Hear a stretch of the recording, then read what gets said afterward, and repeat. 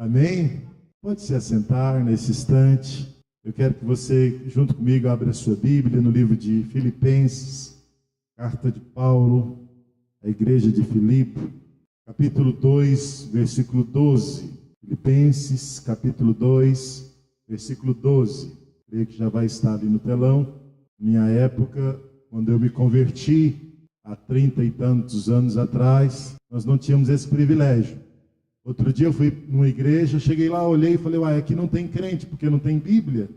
Quando eu fui descobrir, é porque os irmãos já estão usando sistemas, e aí não há necessidade mais de levar a Bíblia para a igreja. Eu gosto muito da Bíblia, irmãos. Eu tenho dificuldade com esse novo sistema.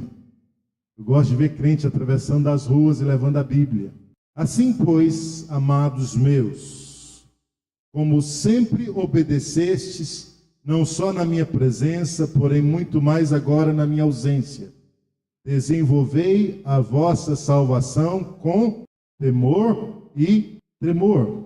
Porque Deus é quem efetua em vós, tanto o querer como o realizar, segundo a sua boa vontade. Sinto vontade de ler outra vez. Vamos ler outra vez, com um pouco mais de atenção? Assim, pois, amados meus, como sempre obedecestes, não só na minha presença, porém muito mais agora na minha ausência, desenvolvei a vossa salvação com temor e tremor, porque Deus é quem efetua em vós, tanto querer como realizar, segundo a sua boa vontade. Queridos, a salvação, primeiro eu tenho que explicar aqui uma coisa. Onde eu vou, eu arrumo bagunça, porque eu gosto de ficar perto de vocês. Por mim, eu ficava sem microfone e ficava aí junto com vocês. Tem umas pessoas sentam mais atrás, pensando que as cadeiras atrás são mais baratas. É o mesmo preço, irmão, sentar lá atrás ou sentar aqui na frente. E eu acho que aqui na frente ainda pega mais do ar-condicionado. Mas eu tenho essa mania de querer ficar perto das pessoas, esse é um hábito meu. Eu sempre, quando eu vou pregar, eu pergunto uma coisa que para mim é muito importante. Quantos aqui têm menos de 5 anos de conversão? Levanta a mão. Amém. Um irmão. 2, 3, 4. Amém. Quantos aqui já leram a Bíblia pelo menos uma vez? Amém. Agora eu vou ter que fazer o inverso, porque eu me perdi. Quem aqui nunca leu a Bíblia? Quem não tem braço? Vamos orar já já. É porque eu quero me sentir um pouco mais à vontade. Não sei se vão me convidar para vir aqui outra vez, então eu quero aproveitar. Amém, queridos? A palavra de Deus, quando ela nos diz para nós desenvolvermos a nossa salvação, porque a Bíblia nos trata como maduros. Fala assim, a Bíblia me trata como maduro.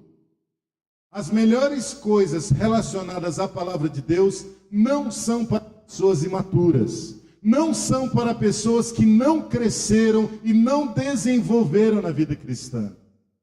A Bíblia diz que em nada difere do escravo o herdeiro que não é maduro. Fala assim, nada difere do escravo o herdeiro que não é maduro. Provavelmente todos os problemas que você e eu estamos enfrentando nas nossas vidas têm a ver com algum tipo de imaturidade. Tem a ver com alguma coisa ou com alguma área na qual nós já devíamos ter crescido e não crescemos. Na epístola de Pedro, Pedro reclama e diz assim mais ou menos para os seus discípulos: vocês já deviam, muitos de vocês, ser mestres e ainda estão tomando leite. Vocês estão em uma condição inadequada. No meio do louvor, eu estava aqui, falando, Deus, o que é que eu falo aqui nesse lugar? Algumas pessoas pensam que o pastor traz um papel e traz tudo escrito e não sei o que. Nós não somos assim, amados. Deus tem nos dado, e o que eu vou pregar aqui, provavelmente eu ainda não sei. Amém? Mas Deus estava me mostrando esse lugar, embora a construção está pronta, Deus estava me mostrando coisas que não estão prontas. Eu pude ver no meu espírito a respeito dos irmãos algumas obras que foram paradas. Já viu uma casa quando para?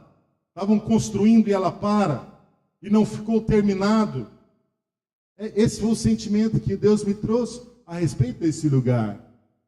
Tem algumas obras nesse lugar que estão paradas há anos. Pessoas que estão nesse lugar que tem anos anos de desistência. Você cresceu até um determinado ponto. Havia um projeto, mas você foi até um certo momento desse projeto e por alguma razão parou. E eu quero mencionar e falar agora sobre 3 ambientes bíblicos muito apropriados para essa questão. Fala assim: Deus começa e Deus termina. Diga assim para a pessoa que está do seu lado: se Jesus for o alfa, Ele será o ômega. Tudo que começou na sua vida vai concluir. Amém? Amém? Muita gente para no meio dos percursos. Muita gente não chega onde Deus quer que ele chegue, porque de uma forma ou de outra falta-lhe temor e tremor, e para. E a Bíblia diz que Deus não tem prazer naqueles que retrocedem. Deus não tem alegria naqueles que voltam atrás. Alguns anos atrás eu tive uma grande crise pessoal e ministerial. Nós morávamos na Europa, eu e minha esposa, nós vivemos muitos anos na Europa, estamos lá. Representamos aqui uma igreja chamada CCVE, Comunidade Cristã Vida no Espírito, que é o nosso ministério em Portugal. E somos ligados à igreja Ouvir e Crer aqui no Brasil, mas temos um ministério na Europa. Houve um tempo de muita dificuldade. Eu fui trabalhar num banco, eu me tornei um profissional bancário.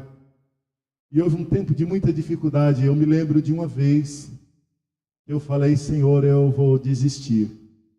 Eu vou desistir do ministério. Eu acho que o que eu tinha de fazer eu já fiz.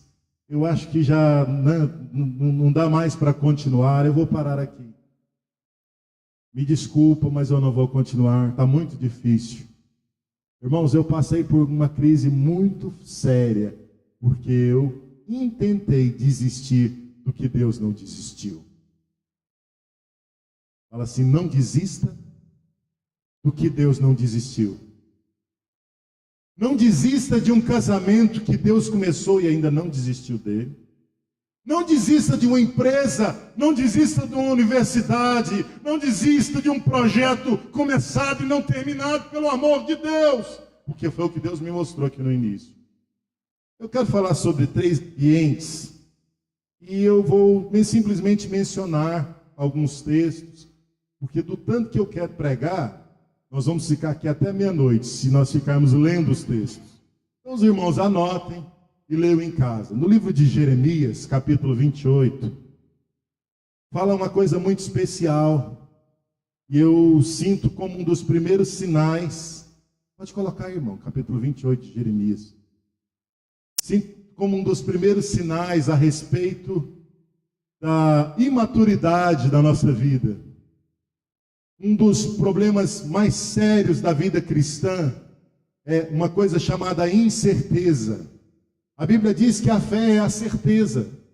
Muitos de nós trabalhamos com a incerteza.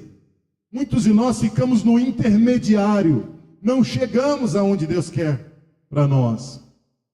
É muito comum nós percebermos cristãos que começam bem, mas param no meio do caminho. Por quê? Porque de alguma forma eles chegam naquela condição de Elias.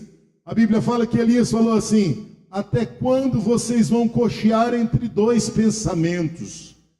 A Bíblia fala que Deus estabelece diante de nós um caminho. Fala assim: Deus estabelece um caminho. Não são 2 caminhos. É um único caminho. Conta uma história que havia uma pessoa em cima de um muro. E havia de um lado do muro o povo de Deus. E o povo de Deus virava para a pessoa em cima do muro e falava: desce daí, é daí. Mas do outro lado tinha o povo do inferno, as pessoas do diabo.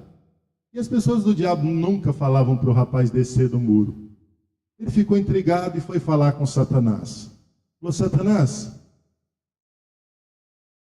eu queria saber por quê. Do lado do povo de Deus, o povo vive me mandando descer do muro.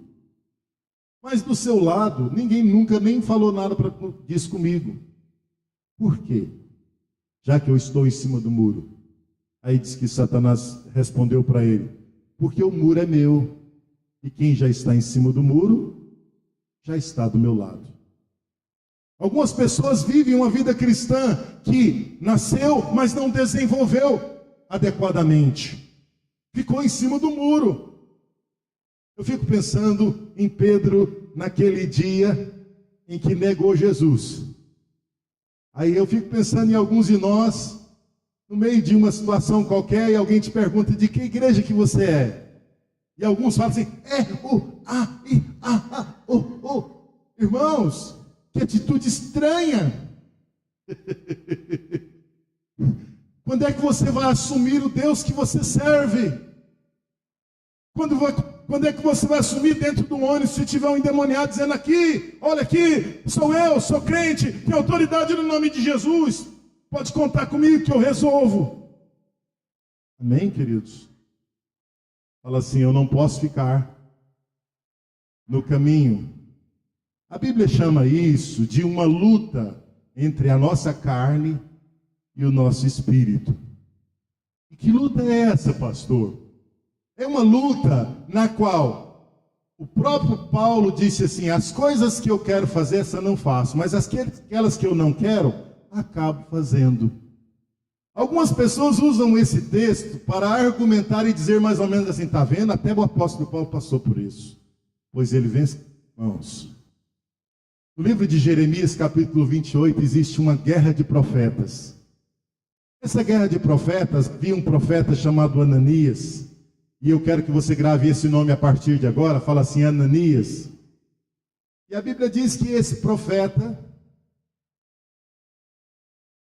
eu tenho que falar sobre a atmosfera daqueles dias, tinha acontecido mais ou menos assim: o povo de Israel havia desobedecido a Deus, e Deus tinha estabelecido 70 anos de disciplina sobre o seu povo.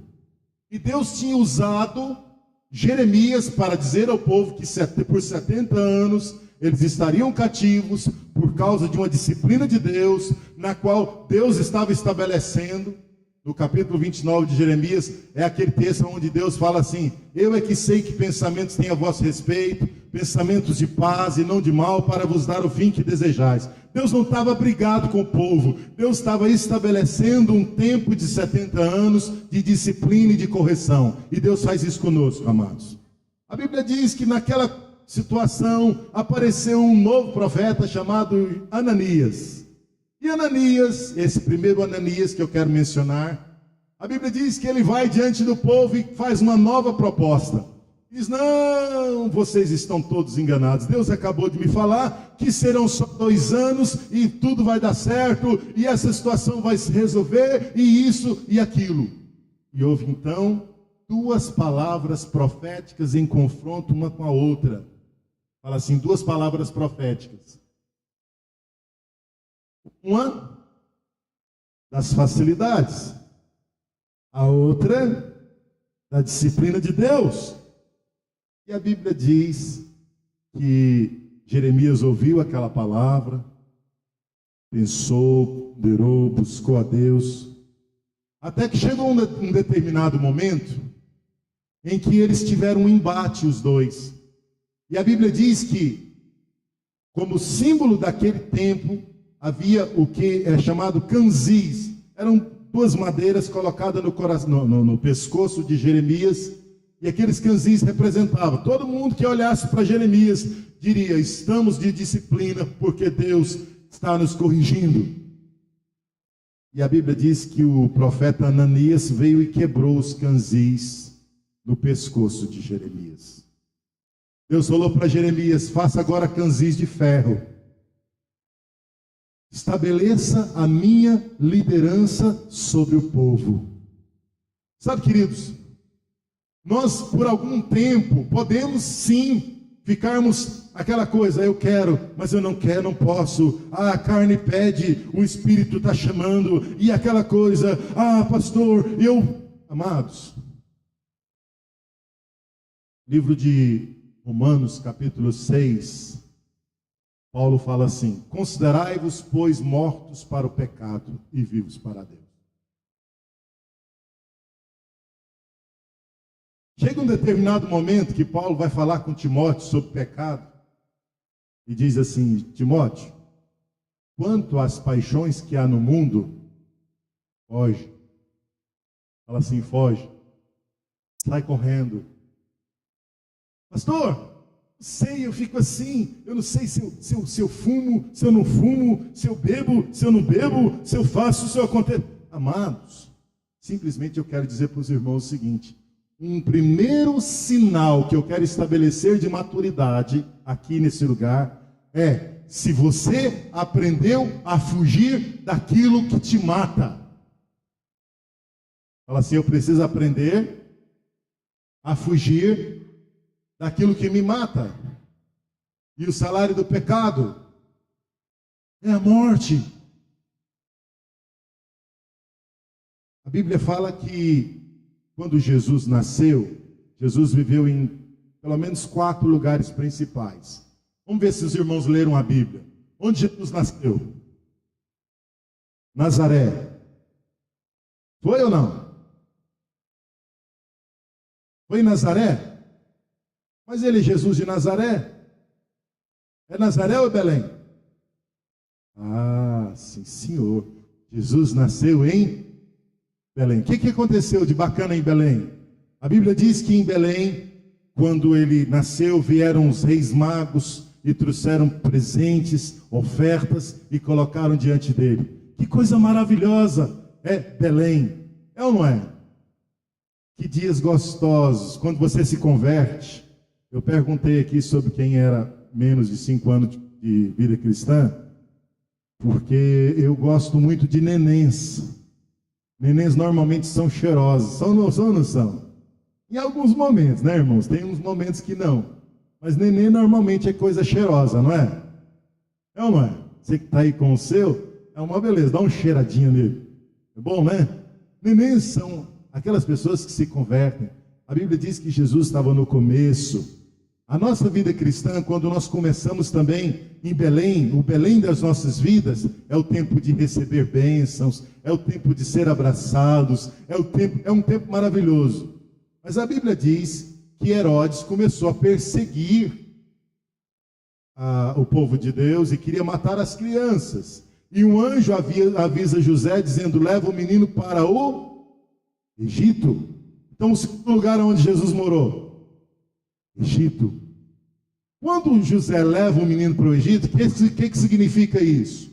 Você precisa de fugir daquilo que te mata. Pastor, eu quero crescer. Agora mesmo vou falar de uma coisa que todo mundo vai querer. Pastor, eu quero crescer. Mas eu quero te dizer uma coisa. O seu crescimento passa por uma decisão de dizer não para tudo o que te mata. Terceiro lugar que Jesus viveu, Nazaré. Fala assim: Jesus viveu em Nazaré, e lá ele cresceu. A única referência que a Bíblia fala de Nazaré é que ele cresceu sujeito ao seu pai e à sua mãe. O que significa isso? Fala assim: discipulado. Jesus, a Bíblia diz que ele aprendeu a obediência pelas coisas que sofreu. Foi ser treinado, foi ser discipulado, a sua vida cristã, no seu amplo crescimento, passou por um processo no qual José e Maria davam ordens sobre Jesus. Eu não sei se você já se perguntou por que Jesus passou 30 anos sujeito a eles, sem fazer um único milagre. Fala assim: estava num processo de treinamento. Chega um dia que eles vão para uma festa, está Jesus dançando lá, né, que as festas judaicas são de muita dança, está lá todo dançando, chega Maria com uma coisa dizendo para ele: olha, chegou a sua hora. Ele disse: não é chegada a minha hora. Ela disse: é chegada a sua hora. E a Bíblia diz que ela mesma deu ordens para que enchessem as talhas de água, para que ele transformasse em vinho. Presta atenção numa coisa, queridos. O quarto lugar aonde Jesus viveu, aonde foi? Não, diga assim, ele foi para Cafarnaum. Cafarnaum foi onde ele começou o seu ministério. Sabe qual que é o problema de muitos de nós? Olha para cá. Saímos de Belém direto para Cafarnaum, sem passar pelos processos de crescimento, sem desenvolver a nossa fé adequadamente.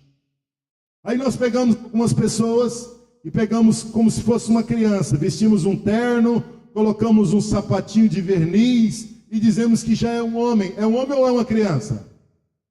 Mas está vestido de homem. Tem até gravata.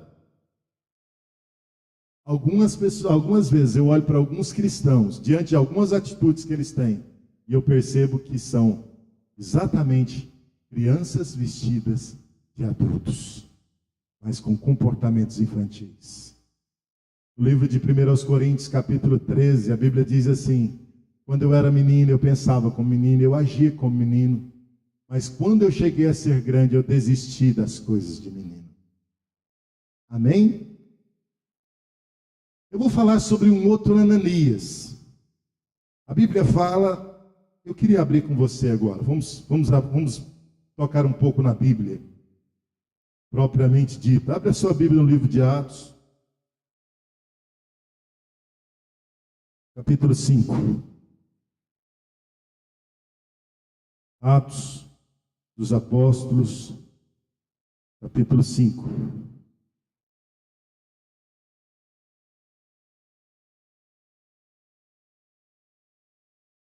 Eu vou falar agora sobre uma atmosfera da igreja primitiva. Eu vou começar em Atos 4, versículo 36. Quem abriu, diga amém. Tem muita gente que falou amém com a Bíblia abrindo ainda. Tem gente que nem Bíblia está na mão e ainda falou amém. Vocês acham que eu não observei? Cuidado com isso, irmãos. Ah, estava ali. Ah...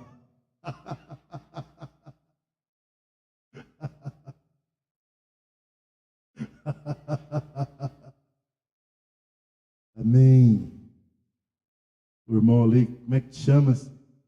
Você que está com essa camiseta muito especial. Eu tenho um cunhado que é pastor em Tampa.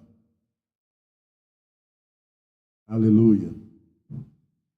A Bíblia diz assim, versículo 36 do capítulo 4 de Atos: José, a quem os apóstolos deram o sobrenome de Barnabé, que quer dizer filho da exortação, levita, natural de Chipre, como tivesse um campo, vendeu e trouxe o preço e o depositou aos pés dos apóstolos.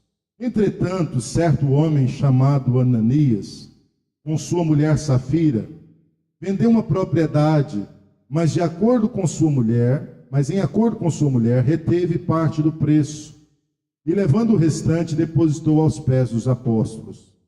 Então disse Pedro: Ananias, por que encheu Satanás o seu coração, para que mentisses ao Espírito Santo, reservando parte do valor do campo? Conservando porventura não seria seu, e vendido não estaria em teu poder? Como, pois, assentasse no coração esse desígnio?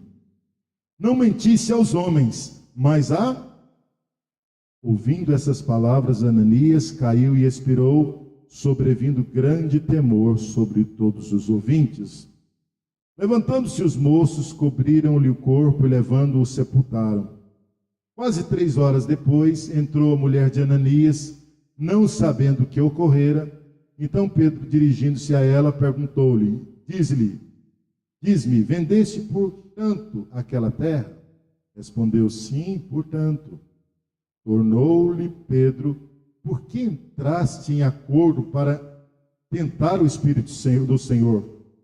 Eis aí a porta os pés dos que sepultaram seu marido, e eles também te levarão. No mesmo instante, caiu ela aos pés de Pedro e expirou. Entrando os moços, acharam-na morta e, tomando-a, sepultaram-a junto ao seu marido. E sobreveio grande temor sobre a igreja e a todos quantos ouviram essa notícia desses acontecimentos.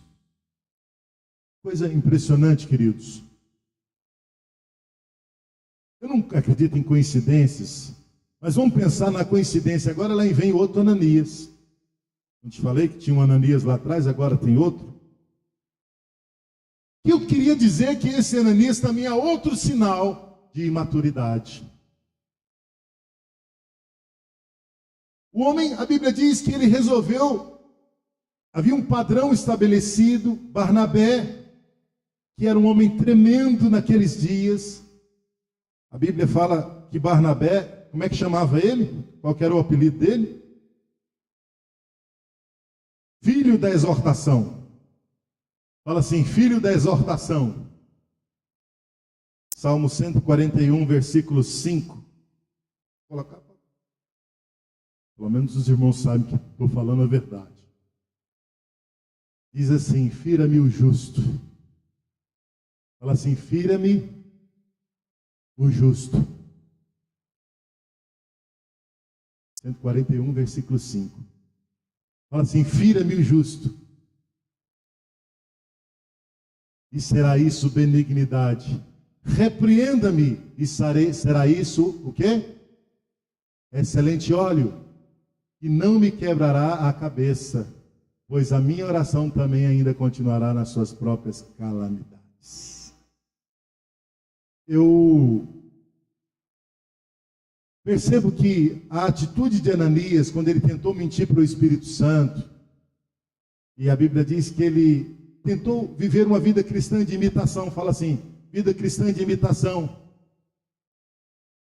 A Bíblia fala que Paulo fala, aliás, no Velho Testamento, me parece no livro de Isaías, fala sobre atitudes que maquinalmente nós aprendemos. Atitudes que maquinalmente, fala assim, maquinalmente. Sabe aquelas orações para almoçar? Que você ora do mesmo jeitinho todo dia?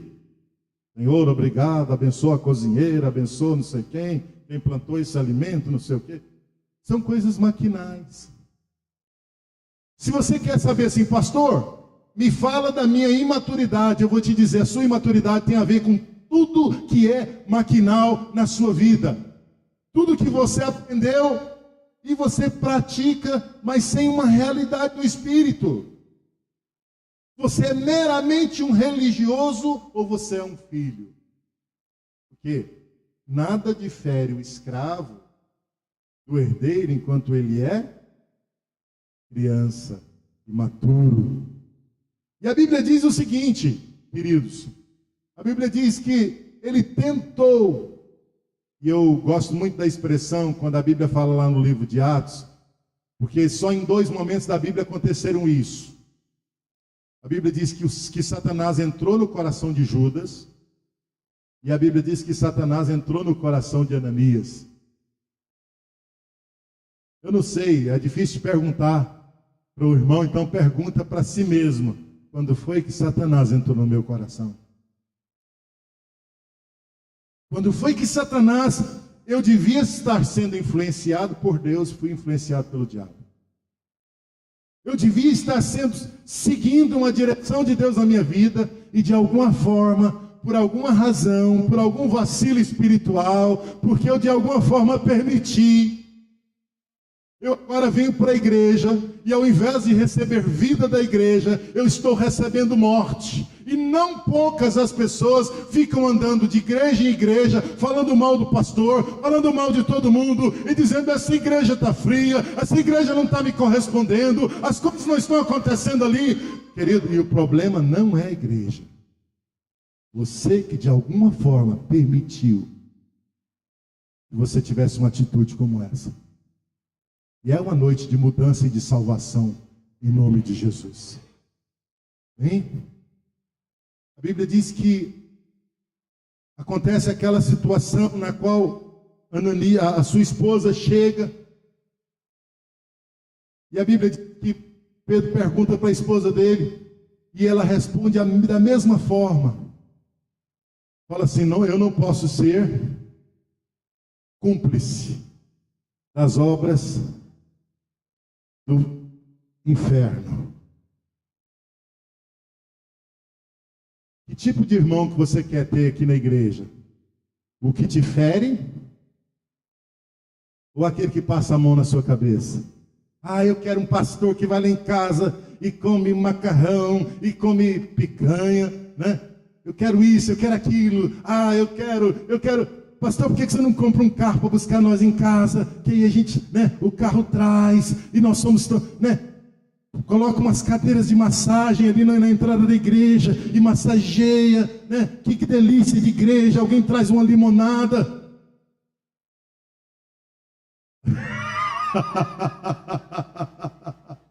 Ou você quer uma igreja que te fere? A boa palavra para você.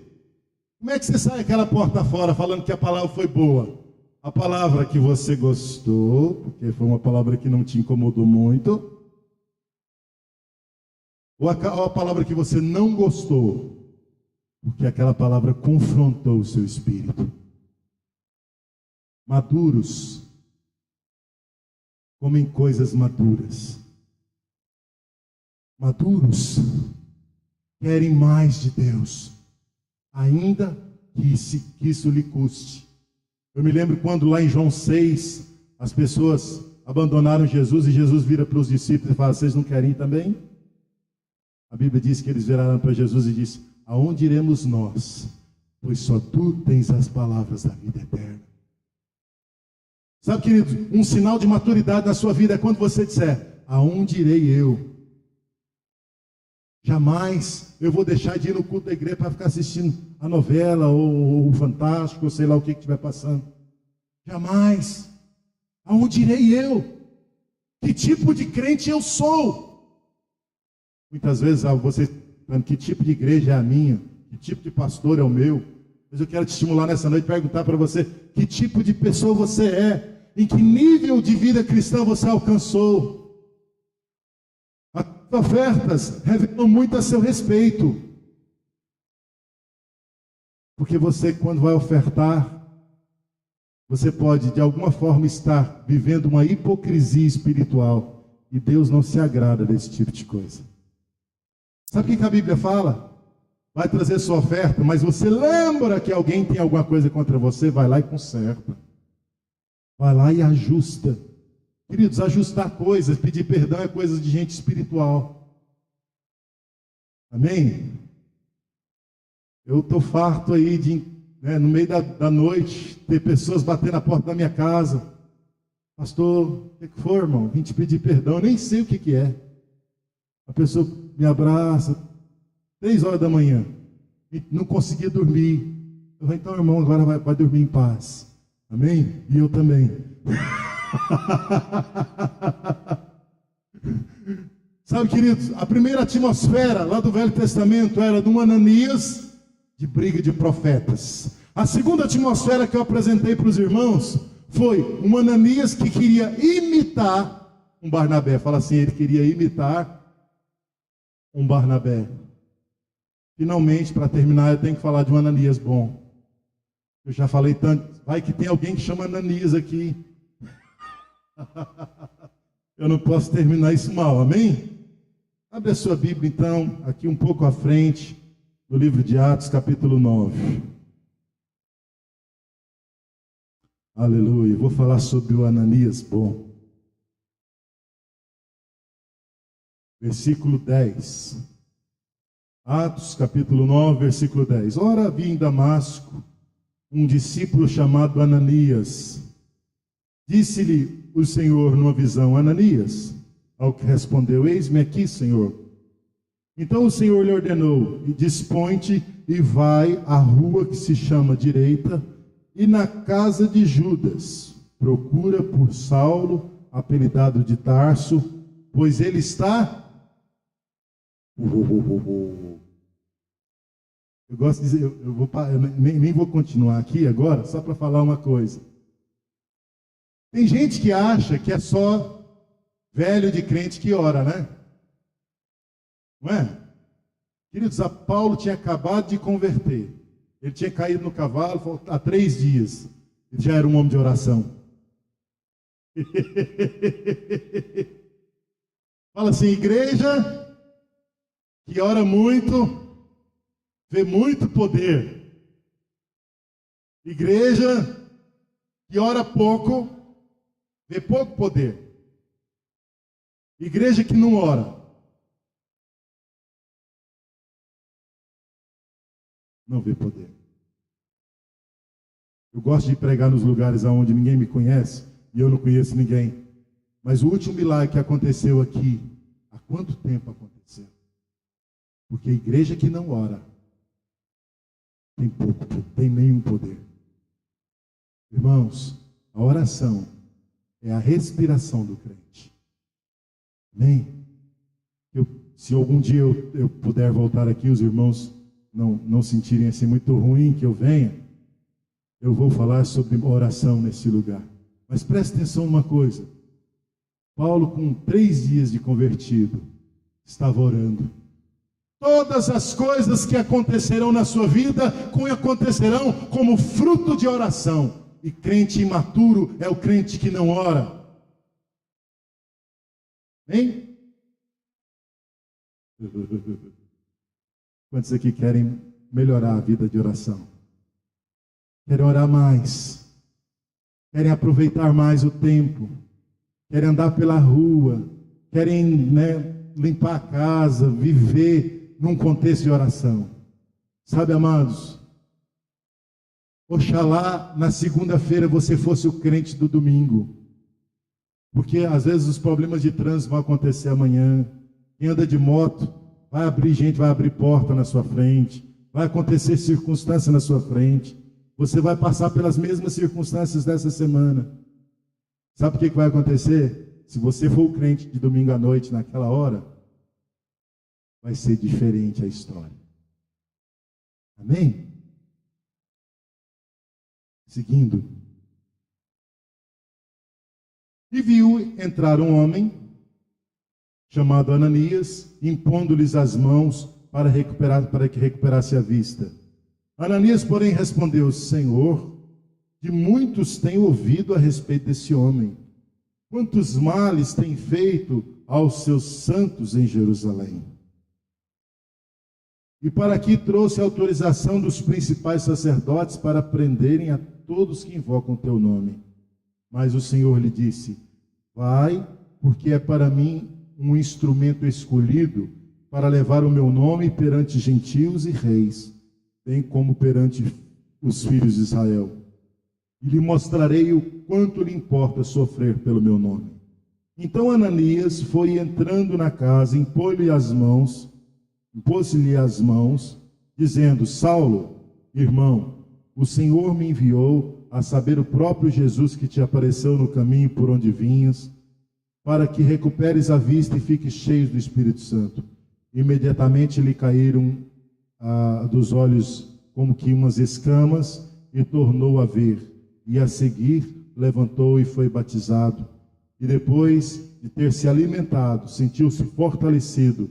Então permaneceu em Damasco alguns dias com os discípulos. Queridos, que coisa preciosa foi que Ananias fez. E eu abro só um parênteses final para dizer para os irmãos o seguinte: não há coincidências em Deus. Deus tem preparado no seu caminho pessoas, situações para a sua vida. As suas orações têm sido ouvidas por Deus. E por causa dessas suas orações, circunstâncias estão caminhando na sua direção. Amém? Agora, muitas vezes nós temos a mesma opinião de Ananias ali: Senhor, se o Senhor tem certeza disso, como é que eu vou colocar a mão na cabeça desse homem? Senhor, olha, querido, não tenha respeitos humanos. Deus tem me honrado. No ano passado aconteceu uma coisa comigo, foi parar no jornal. Eu estava almoçando com o governador do estado de Goiás, Marconi, E por uma coisa sem planejamento nenhum, nós estávamos no almoço, ele pegou e fez um prato, e ele me ofereceu o prato. E aí o pessoal tirou aquela coisa toda, né, dele me oferecendo o prato, e eu pegando o prato, porque eu gosto de comer, e a comida estava boa, e ele é uma boa pessoa. Mas preste atenção numa coisa, queridos. Deus não quer que você tenha respeitos humanos. Deus quer que você tenha ousadia. Uma das características dos maduros é que eles não têm respeitos humanos. Fala assim: eu não posso ser tímido. Cadê a irmã que ia cantar aqui no mês? Aquela loura, né? Era você? Era você. Eu sabia que era uma loura, não me lembrava qual. Mãe, você não é tímida. Você não é. O Espírito do Senhor Deus está sobre você. Hein? Não é tímido. A Bíblia diz que os tímidos não herdam o reino dos céus. Você não é tímido, que nós vamos entrar junto nos portões celestiais. Hein? Queridos, a Bíblia fala que naquele contexto de Ananias, esse último Ananias, a Bíblia diz que houve um processo de discipulado, fala assim, discipulado. Ananias, maduro agora, que eu quero mencionar, ele discerne da parte de Deus aquelas pessoas que vêm o ferir, aquelas pessoas que vêm falar com ele. Há muitos anos atrás, em 1986, eu quis ser discipulado por um pastor, chamado pastor Marcelo. E aí nós combinamos e tal, que ele ia me discipular e tal, eu fiquei muito animado com o assunto. E eu me lembro que um dia nós estávamos assim num carro, os dois, e conversando, e ele virou para mim e falou assim: o que é isso aí no seu dente? Eu falei: como assim? No seu dente. Meu dente tinha feito uma obturação e estava assim aquele sinal de infiltração. Irmãos, eu quase morri de vergonha, porque alguém tocou na minha intimidade. Ninguém nunca tinha falado para mim do meu dente. A 50 metros daquele lugar tinha um dentista. Eu corri para o dentista, passou uma coisa azul assim no meu dente e ficou novinho. Mas preste atenção numa coisa: eu e você precisamos de um Ananias. Tanto você precisa ser Ananias na vida de alguém, como você precisa de um Ananias que te abra os olhos. Quantos de nós não temos alguém para falar dentro da nossa vida? Nós precisamos, fala assim: eu preciso de um Barnabé. O que Barnabé é? Quem que lembra? Filho de exortação. Pastor, eu queria ficar aqui nessa igreja, mas no dia que o pastor tocar em determinado assunto, atenção para minha unha encravada, atenção para aquele lugar onde não pode de jeito nenhum tocar, eu aqui não fico mais. Porque eu já fui em 95 igrejas que tocaram e eu vim para cá. Sabe, amados, eu preciso de alguém que toque nas minhas feridas com amor. Eu preciso ser exortado. Procure o pastor e fala: pastor, eu não vim aqui para mais outra coisa, eu vim aqui para ser exortado. Pastor, faz reuniões de exortação. Eu quero sentar na primeira cadeira. Eu quero um Barnabé na minha vida.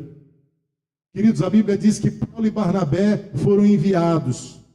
Um certo dia, numa certa situação, a Bíblia diz que havia um menino chamado João Marcos, que na Panfilha, tinha desistido do caminho. E a Bíblia diz que Paulo olhou assim para João Marcos e falou assim: não quero mais saber de você. Você é um homem que errou comigo e eu não quero mais saber. A Bíblia diz que Barnabé virou: Paulo, pelo amor de Deus, Paulo, o que é isso? Um exortador. sabe exortar e sabe dar uma segunda chance. Querido, como nós precisamos de segunda chance. A Bíblia diz que a glória de Deus vem na segunda casa. Para mim não interessa se ontem o que você aprontou. Não interessa o mal que você fez. Interessa se você hoje receber uma exortação e mudar. A Bíblia diz que os seus pecados vão para o mar. A Bíblia diz que por causa daquela situação, Paulo perdeu Barnabé. E a Bíblia diz que Barnabé foi com João Marcos para um lugar, Paulo foi com Silas para outro lugar, e Timóteo. Mas preste atenção numa coisa, olha para cá, para me terminar. Você quer ser exortado? Quantos aqui querem ser feridos? Jesus amado. Quantos aqui querem ser feridos? Até o meu pessoal que eu trouxe para dar glória a Deus não deram.